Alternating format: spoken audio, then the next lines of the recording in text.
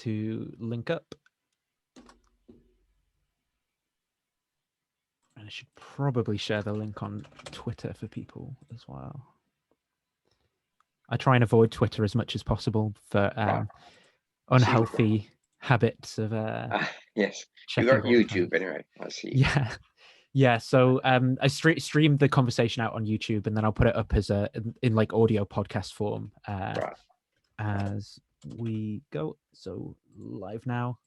And it just means there's like a chat as well on the YouTube video, so people sort of ask questions and things as we go along. Okay. So yeah, I'm live now then with Reverend Professor Keith Ward, the first Reverend Professor. Is that the correct? I hope I've not got that wrong. That would do. Yes, that's fine. Yeah, the first Reverend Professor that I've interviewed on here. I've had a few professors. I might have had one or two reverends, but never both. So, and are you currently teaching philosophy or theology at the moment? I am. I'm teaching at Roehampton University in London. Yeah. Okay. And so your background and your career has been spent in philosophy and theology. And I think you've given the is it the Gifford Lectures at St. Andrews? Yes. Yeah. Before, so, and you're an idealist as well, which is very unusual. Yes. But also a position that I also flirt with, or hold, like I'm kind of skeptical of my knowledge about metaphysics overall, but a position that I'm certainly sympathetic with at the least. And in that case, yes, I'm an idealist.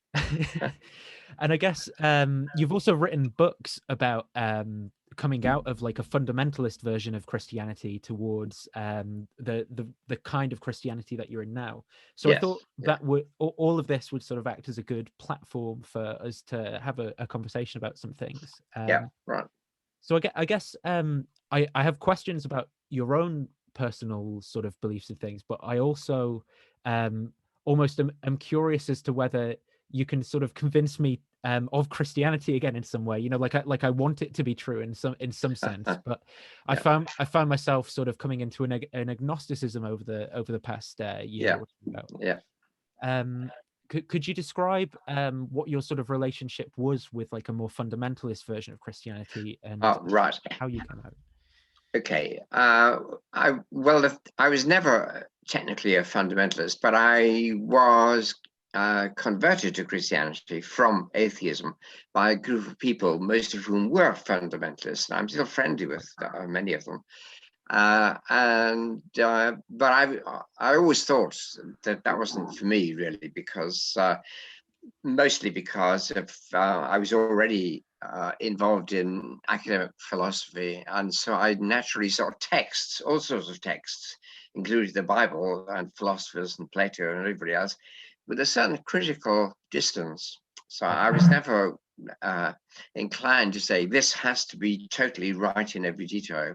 And I think people I call fundamentalists do that. They say, oh, the Bible has to be correct in all its details. And I've never had that view. I was never attracted to it. But I was converted to a sense of the living presence of Christ, really, or God as expressed in the person of Jesus. So that was a definite religious experience, which didn't, for me, involve a great lot of doctrinal baggage. I mean, it's just the experience of a personal presence, which I identified as Jesus, and everything else remained to be worked out, really. So I keep in contact with my fundamentalist friends, but I've, as I say, never been really attracted to the view that there's some infallible source of knowledge which could stop you thinking. So I suppose I always find myself in a similar position, but almost like a non-realist type of Christianity, where the experience is real, or the community, or however my mind conceives of the world. Like religion is an aspect, but it's tethering that to any metaphysics out there, and you've written a book combating, I suppose, Don Cupid's non-realism. And I was wondering, how is it that you actually tether that then to, like, say, well, Christianity, when I'm saying Christianity is true, or God Yep. exists or something, it's not, it's more than this subjective experience. Yeah, that's right. Well, that's where philosophy comes into it. I mean, I think basically the main argument today in philosophy is whether a materialistic view is true. So everything comes down to the firing of neurons in the brain and ultimately to quarks or superstrings or whatever the latest thing is. And that's a materialistic view. It all somehow reduces to that. That's what causes things to happen. And the opposite is an idealist view, which I always held philosophically, apart from religion. And the idealist view is the consciousness and the sense of value, something is being worth more than others, and the sense of purpose, that people act for a reason in order to get something, that these are very important features of reality. And so your ultimate account of reality must include consciousness, purpose, and value. And the materialist finds it very difficult, and I think impossible, to do that. They just don't mesh, really. So as a philosopher, I'm in a minority, I agree, in the philosophical community at the moment, but I'm in a huge majority, historically speaking, that almost all classical philosophers have thought that mind is at the basis of reality, it's like consciousness, purpose, and value.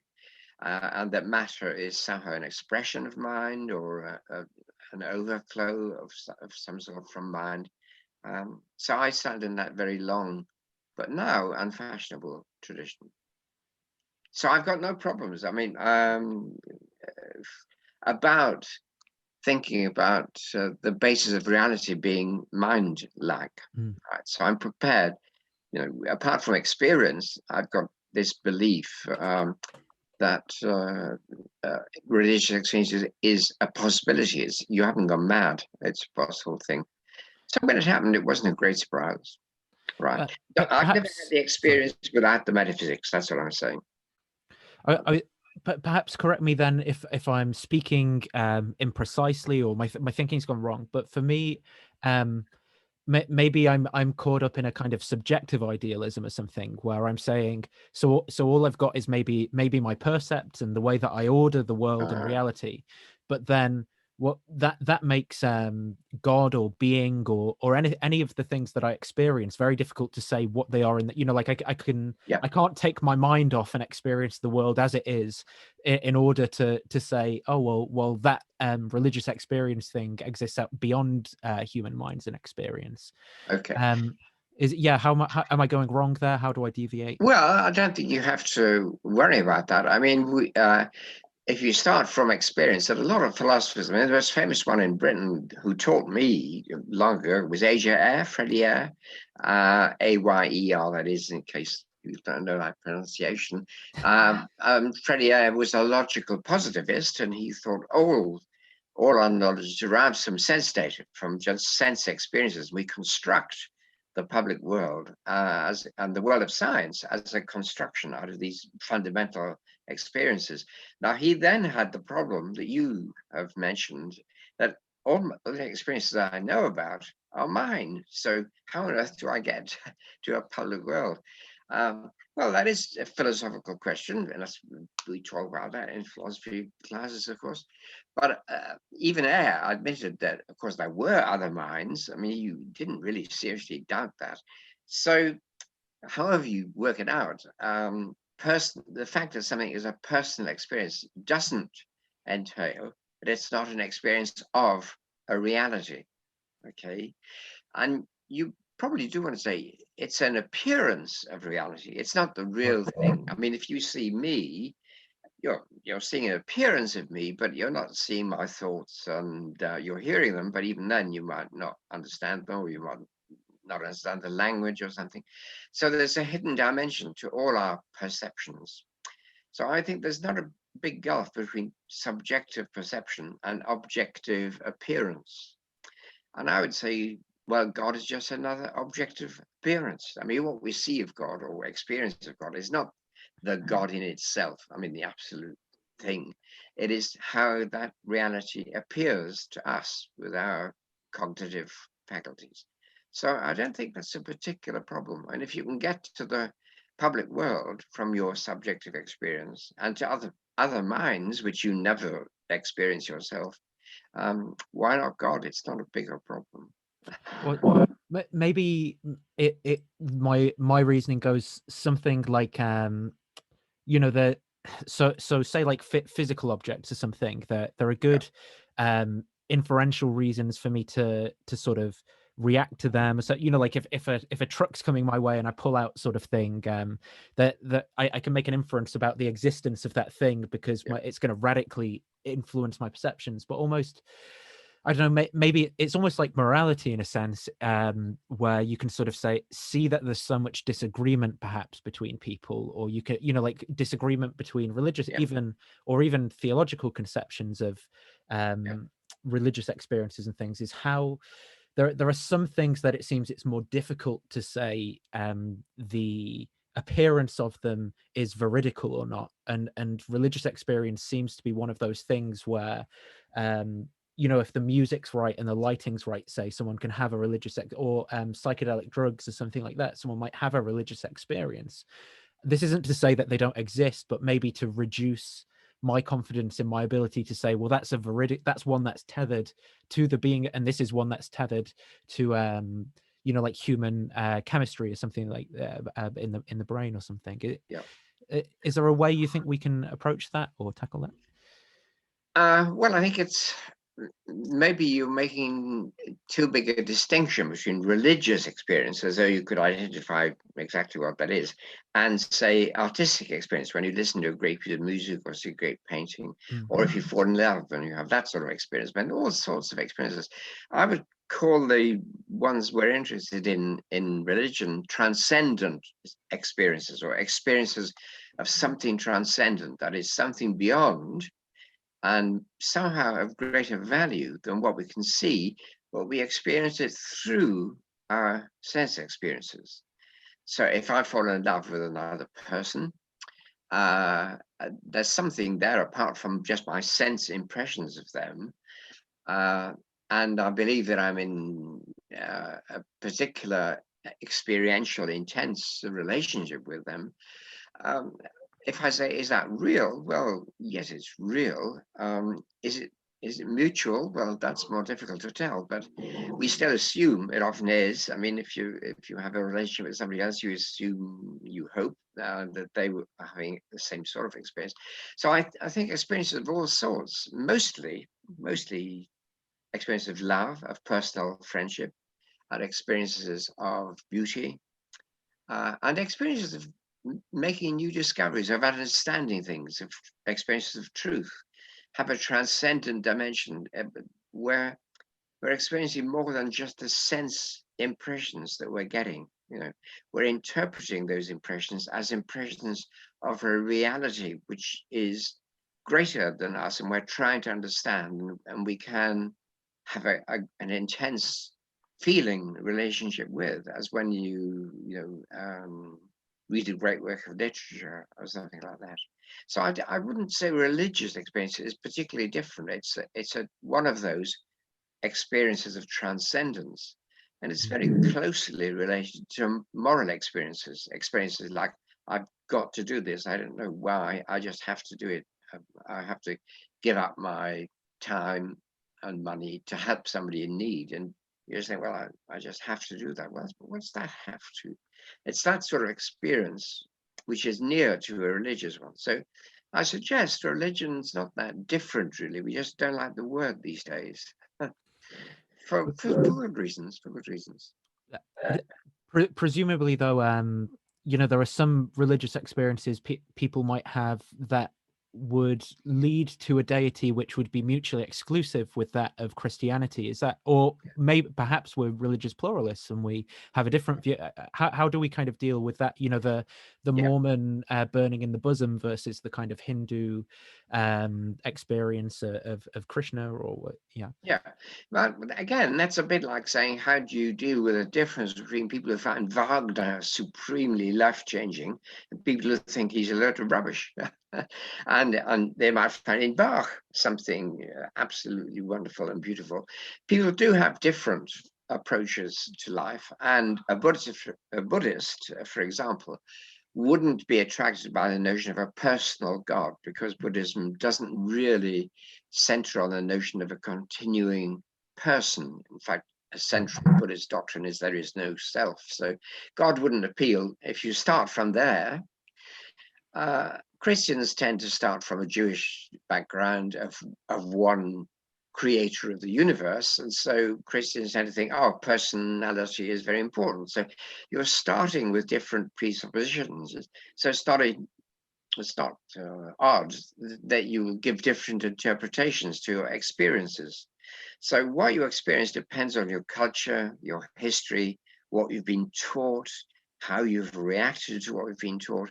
All those things come together and help you to interpret. So, right, God, the word God, is an interpretation of a certain set of experiences of transcendence. Right. But there are other words people could use. You could use a word like nirvana, enlightenment, liberation, unity with the self of all. I'm selecting a few from different faith traditions there.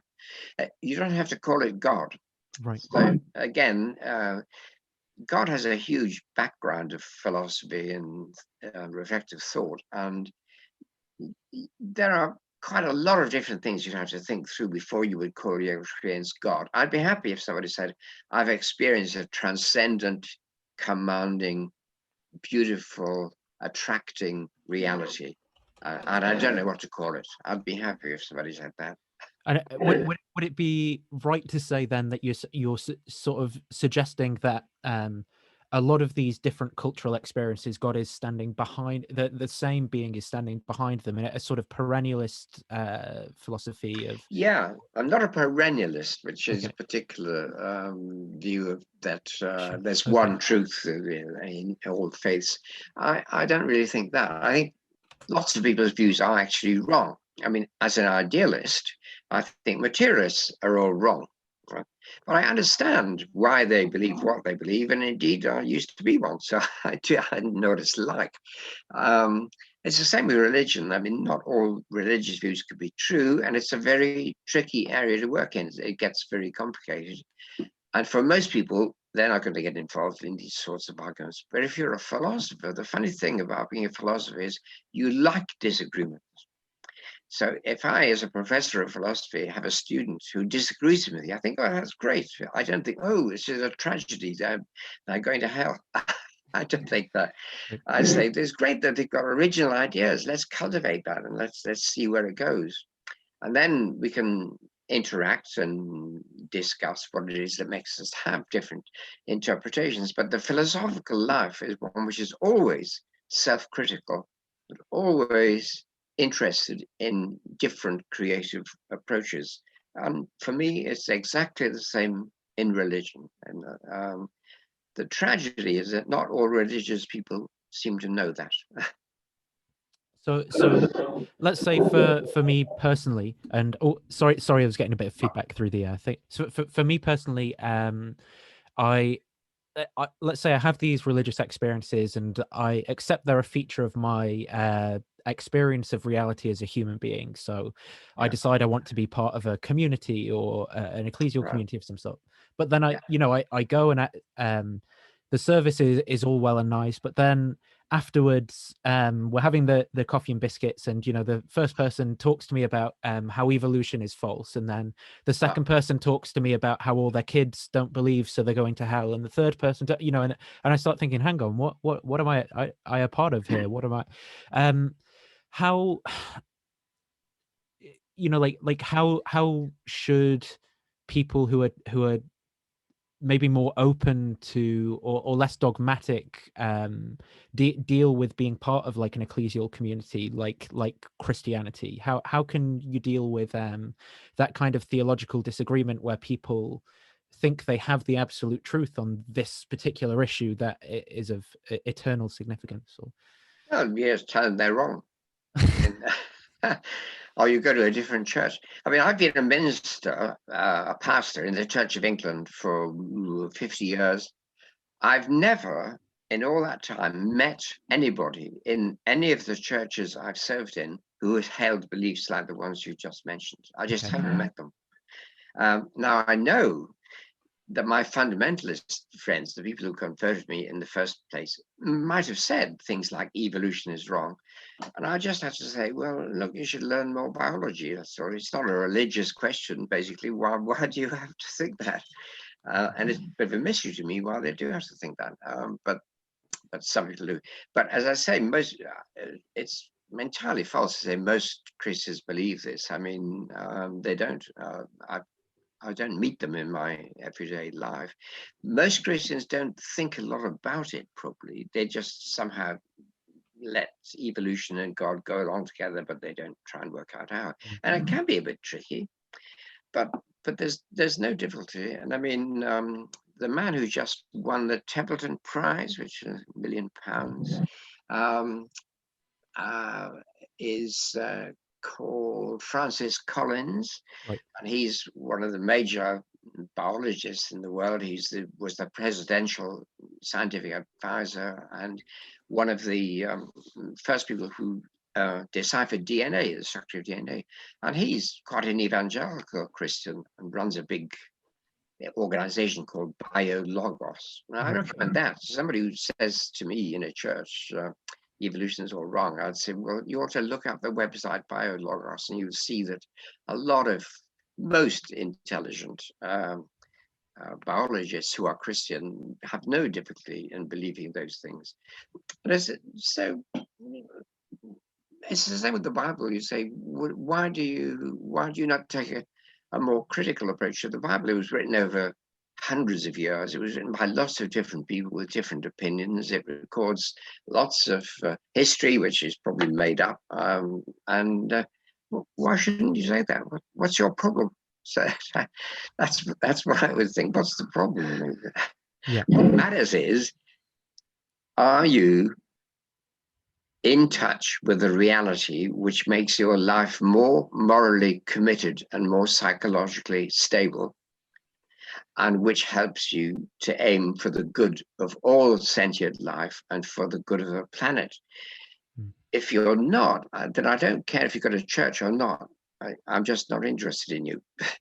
But if you are, then I'd say, well, good. That's what all good religion is about. There's bad religion, but that's what Jesus was about. And that's what even Karl Marx said that.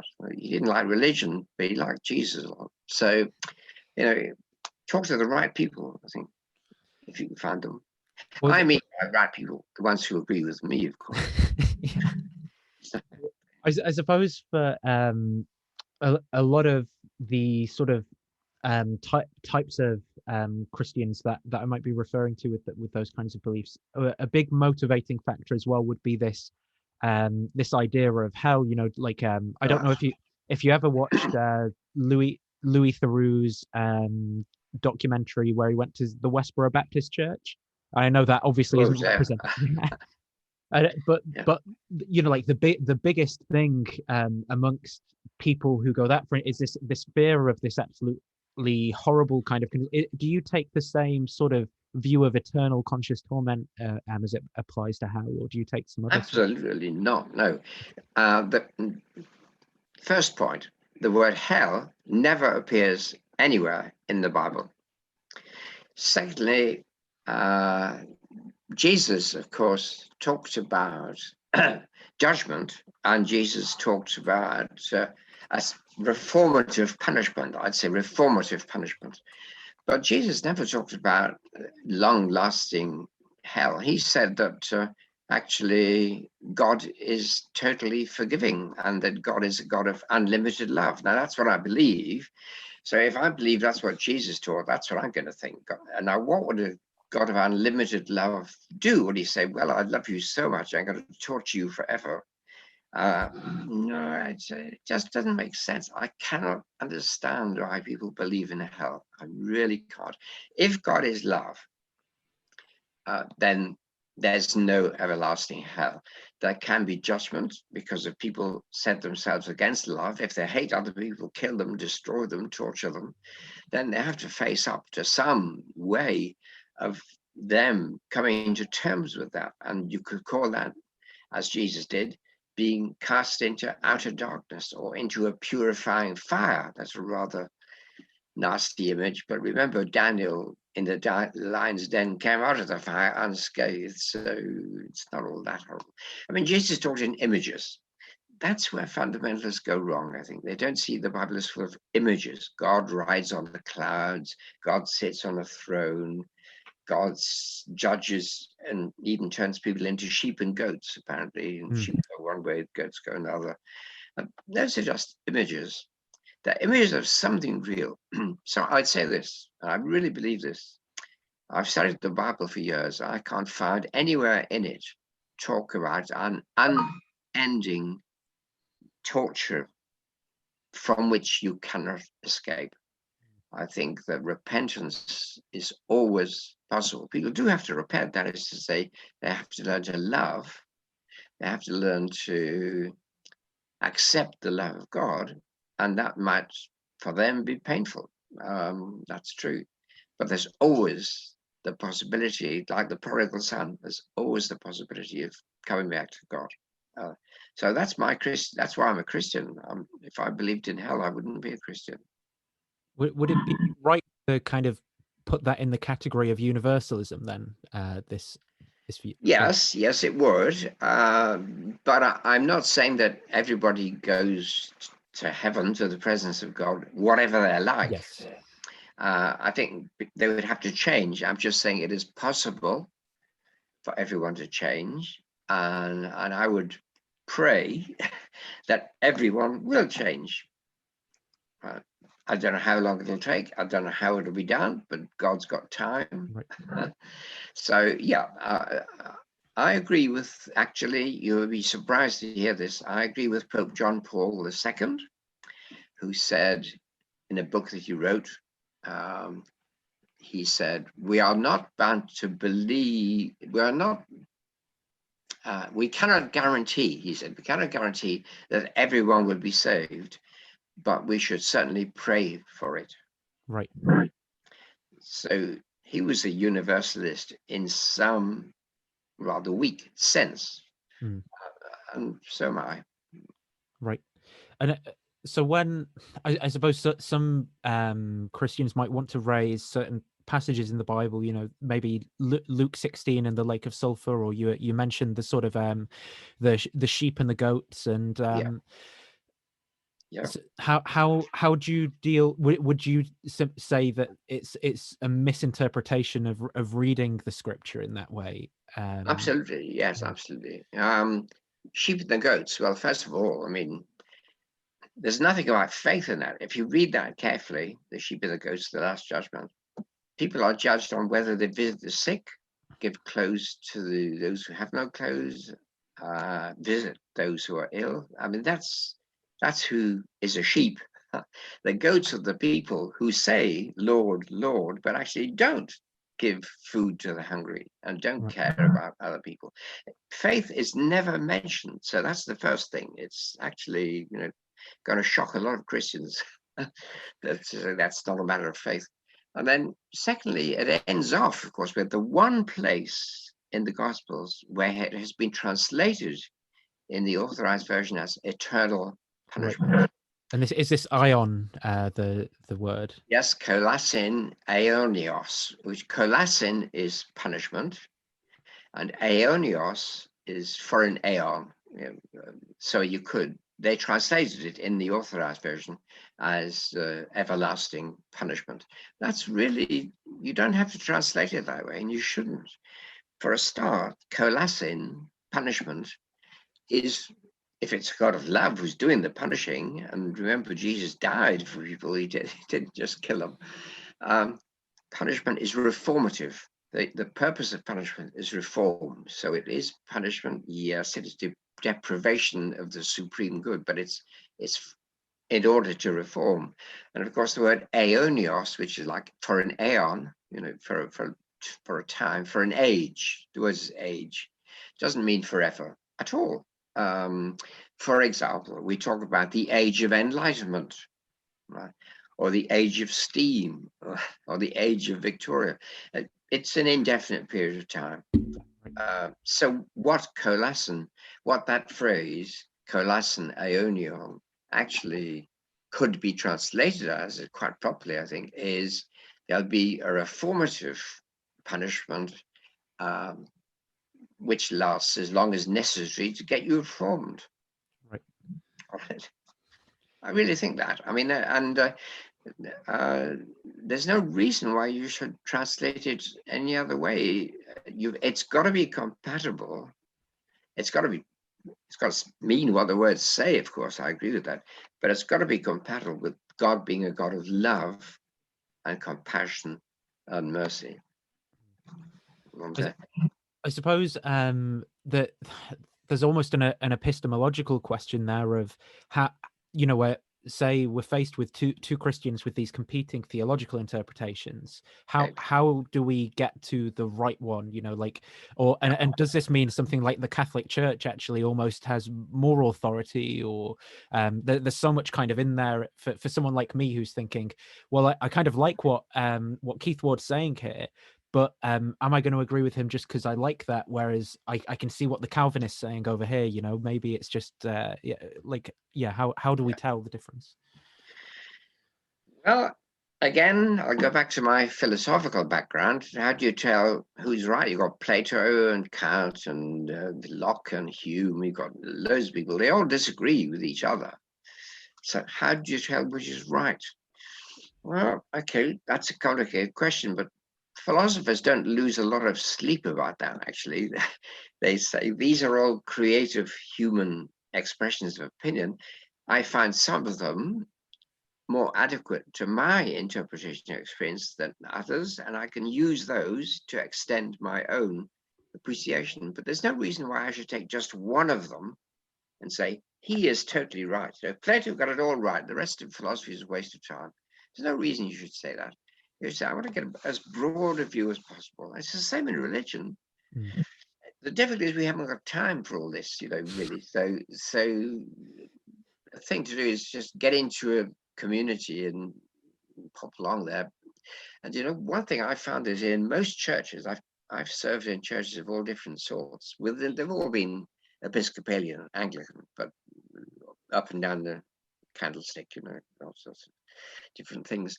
And I've always found that when you talk to people individually in those congregations, most people don't believe the creeds that they're supposed to believe, right? They don't believe all the things they're supposed to believe, but they don't talk about it because they don't want to offend the vicar. Right. So there's a lot of stuff that people are talking about. And I think in churches, people ought to be more open about their doubts and follow the path of philosophy. Say doubts are good. I mean, that's not a bad thing. What matters is you're committed in practice to love, to mercy, to compassion, to receiving from God help, or from wherever you get help. But the intellectual problems, they're real, but you know, they're not. They shouldn't keep you awake at nights, because the great, knowledgeable, experienced people have differed on these things, and you're not going to get the truth. Even I have to confess, I'm not going to get the truth. I'm doing the best I can. And that's what you can say. This is my philosophy. I've written in books. Nobody reads them. That's okay. So you say, who is right? I'm afraid you just have to say, you do your best to be true to your understanding. Luckily, these days, because of things like this, people can broaden their understanding and get lots of different views, and that will have its own effect on them. But in the end, it matters. Be true to what you really think, but keep criticizing yourself. Yeah, no, I appreciate those answers. I just being wary of time, then I'll go into some questions from the audience that we've had coming in throughout. So one of the first questions then was, some people don't feel a transcendent nature to their experiences of love, art, or philosophy. How can we tell if the experiences are actually transcendent or indicating or not? Right. As a perfectly decent question, and of course, I would really like to take a long time, but I won't. So I'll just say, it's like saying, how do I know that torturing children is wrong? Because I know people who torture children. I mean, that's difficult, but they're in prison. But I mean, I know people who do. They don't think it's wrong.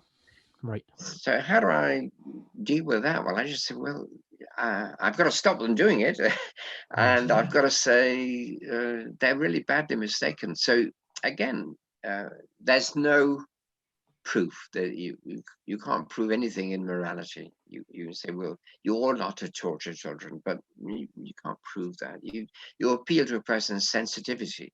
You think that you're as sensitive as you can be, but you can't show that. So at the end of the day, I might be wrong, but even if I'm wrong, I'll think that I've tried my best to find out what is true. And I don't think you can say more than that. I mean, we're in a world of probabilities, not certainties. Right. And I think religious people have to accept that, and non-religious people. There are plenty of non-religious people who are certain. And I think people have to say, well, I'm not actually certain. I commit myself to it because it seems most adequate to me. So it's a slightly complicated answer, but the truth is, you know when you're ignoring evidence, and you know when you're making things up, but you never know when you've actually got something right. Even a great scientist, perhaps Einstein was wrong. Perhaps. I don't think so, and I'm not qualified to say whether he was wrong or not. But it's just a very interesting and awesome opinion. We're stuck with that. Great. And so the next question then was, wouldn't it have been quite something if God had revealed evolution to the writers of the Bible? Isn't the silence deafening? Well, yeah, well, God didn't reveal to the writers of the Bible that there were stars beyond the Milky Way. I mean, that's just life. People didn't know that the Earth was going around the sun. I mean, loads of things. God could have said, by the way, I'll tell you the theory of relativity. That'll save a lot of time. You have to be a little bit realistic about it and say, if there is a transcendent reality which is attracting you towards greater moral commitment, it's not going to just wipe out all your opinions and give you new ones. That's a very sort of well, it's a very strange view of revelation. All right, God could have just given somebody the truth, but then the world isn't like that. You've got Islam, you've got Buddhism, you've got Hinduism, you've got Christianity. God has not just given somebody the truth and stopped anybody else believing anything else, which God, in theory, could have done. Some kind of God could have done that. It's not the kind of God I believe in. So, as I said, God is the word we use for talking about it, transcendent experiences of the most morally eminent things that we can imagine. But it is our imagination at work. But as in mathematics, which is a very close analogy, we hope that our imagination brings us nearer to the truth. We make up mathematical theorems. We just make them up. Well, we don't say, oh, that just shows they're not true. We hope that what we make up is true. And so I think religion is like that. It's made up, but it's aiming at truth. I suppose one thing I often see in these discussions is a difficulty between telling the what's going on in the way we represent the world and reality in itself, like the and how can we tell the difference between that? Like, for example, right. I would have thought there are no, like all triangles have interior angles of 180 degrees, but it turns out if you draw a triangle on a curve, the convex side has more or less the concave side, and I guess it's like, so how can we tell the difference between the way we're representing the world and it isn't? It like, is there a point at which we would go, this just seems too much like the product of you, or what would be the marks in something like the Bible that would make us think, well, this is, we can see these cultures and things in here, but that there's really some kind of like, there's a more important meta truth behind the overarching Yeah. narrativism thing. What? I suppose it's that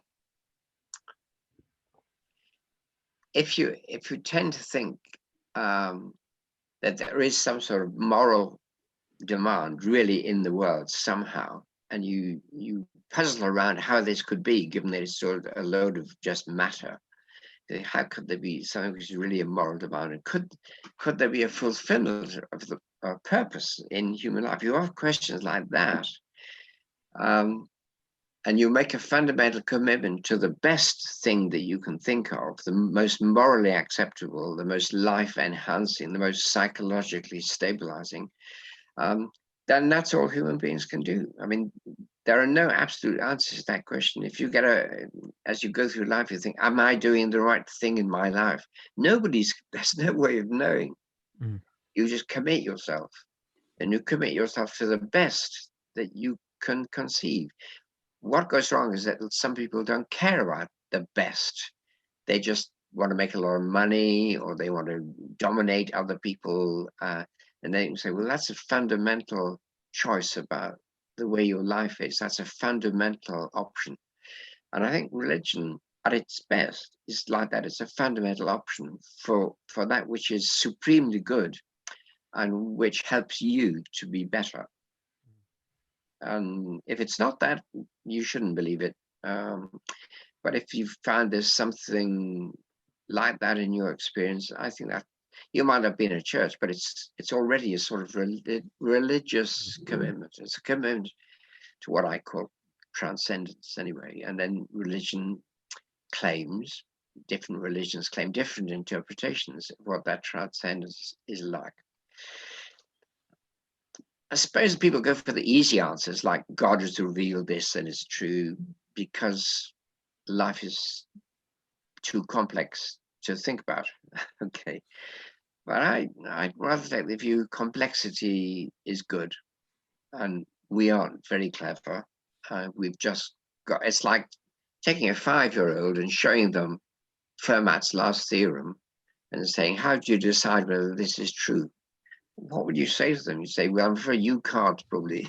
But there are people, who have a better idea. And maybe if you were religious, you might say, Jesus was one of them. Okay, I would say that. Yeah. So one of the questions then that is perhaps a good follow-on from what you were just saying there is, how or in what way can we experience this transcendent mind? I think in many ways, we just don't necessarily call it that. We might have reasons for not thinking there could be such a thing. But again, I don't think religious experience is necessarily very unusual. I think it's just it's the feeling that you're not alone, as it were. That in the world you're actually communicating with a reality which is mind-like, which is not alien to you. We're not stuck in a mechanical or alien universe. There's something that resonates with our personality. But that's a belief position, but it's not irrational. So I would think, honestly now, as a philosophical position, materialism, there's no transcendent, there's no God, is a rational position to take. But so is idealism, that mind is the basis of reality. How do you decide which of those is true? We know that different people make different decisions.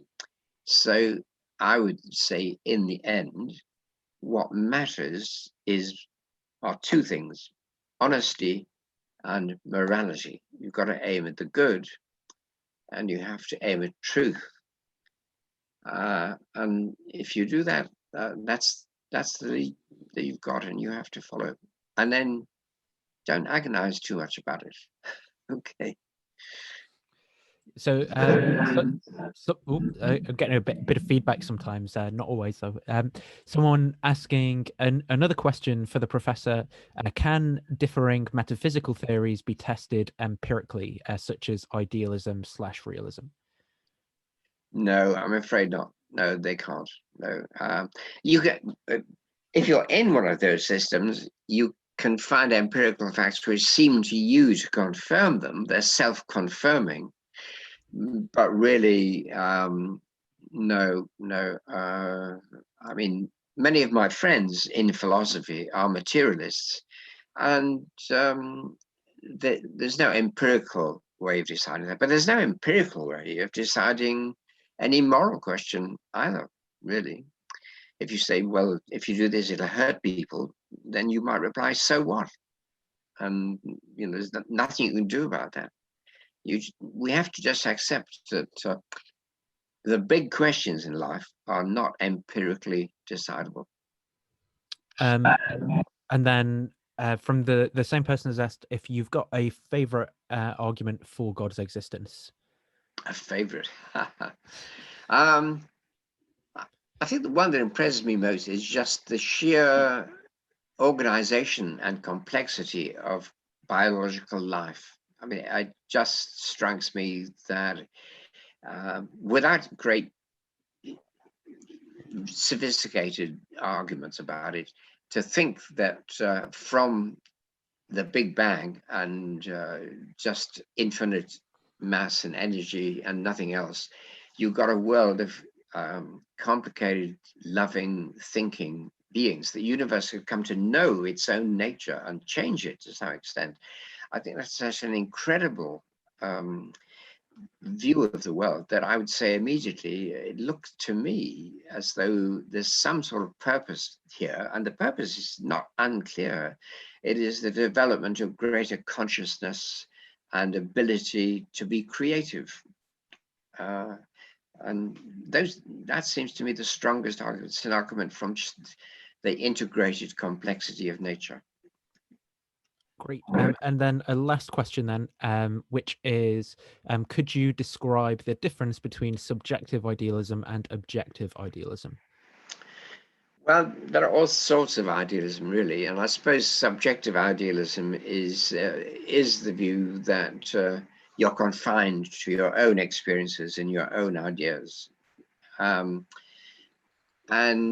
that is so unrealistic because we all talk to other people. Here I am talking to you, and then the idea this is just my ideas, so arguing with themselves, it just seems unrealistic. Objective idealism, the big, most idealists don't need to believe in God. They do believe in something mind-like, but a Buddhist, for example, you could be a pure mind Buddhist. And you could say, yes, the nature of reality is in some sense mental, in some sense, and you wouldn't have to call it God. So you need some more arguments there. But yeah, but objective idealism, in short, is just, yes, everything is mind produced, but there is a mind other than mine, and there is a supreme mind, which I call the mind of God, and that produces the whole of the physical world. That's a form of objective idealism, which I think is obviously true. Why do people not agree with me? I don't know. But I know they don't. Right. So for people who want to kind of see more of your stuff, is there anywhere that people can kind of read? Is there something you're working on at the minute that you want people to be made aware of, or Well, probably the most accessible book, which I wrote years ago, is called God, A Guide for the Perplexed. I still quite like that. One of my most recent ones is called Sharing in the Divine Nature. I think Christians might like that one. A rather allegedly humorous one is called Confessions of a Recovering Fundamentalist. From today's talk, anybody would see I've recovered quite a lot. But the book is really a sort of theology in jokes, right? It's a very good humored approach. And I've got a website, which is just keithward.org, UK. Okay, and that's my life. Okay, well. Is there anything you're working on at the minute, or? Yes, I know. I'm writing a book on the parables of Jesus. Oh, okay. That'll be interesting. Yeah, but they are interesting, really, because if you want to get at what Jesus was saying, he taught in parables. So what was he really saying? And although there are hundreds of books about the parables, there's room for just one more. The best interpretations by Augustine, of course, always. Actually, his interpretations are very, very peculiar. I mean, Yeah. they use all sorts of analogies which are very strange. But he's not a literalist. Augustine never believed in literal things like the world being created in 6 days. He never believed that for a minute. But if you read what he did say about that, it's very odd. Yeah. Right. Well, I really appreciate your time and you coming on. Okay. And thank you everyone for watching. I'll end the stream there. Okay.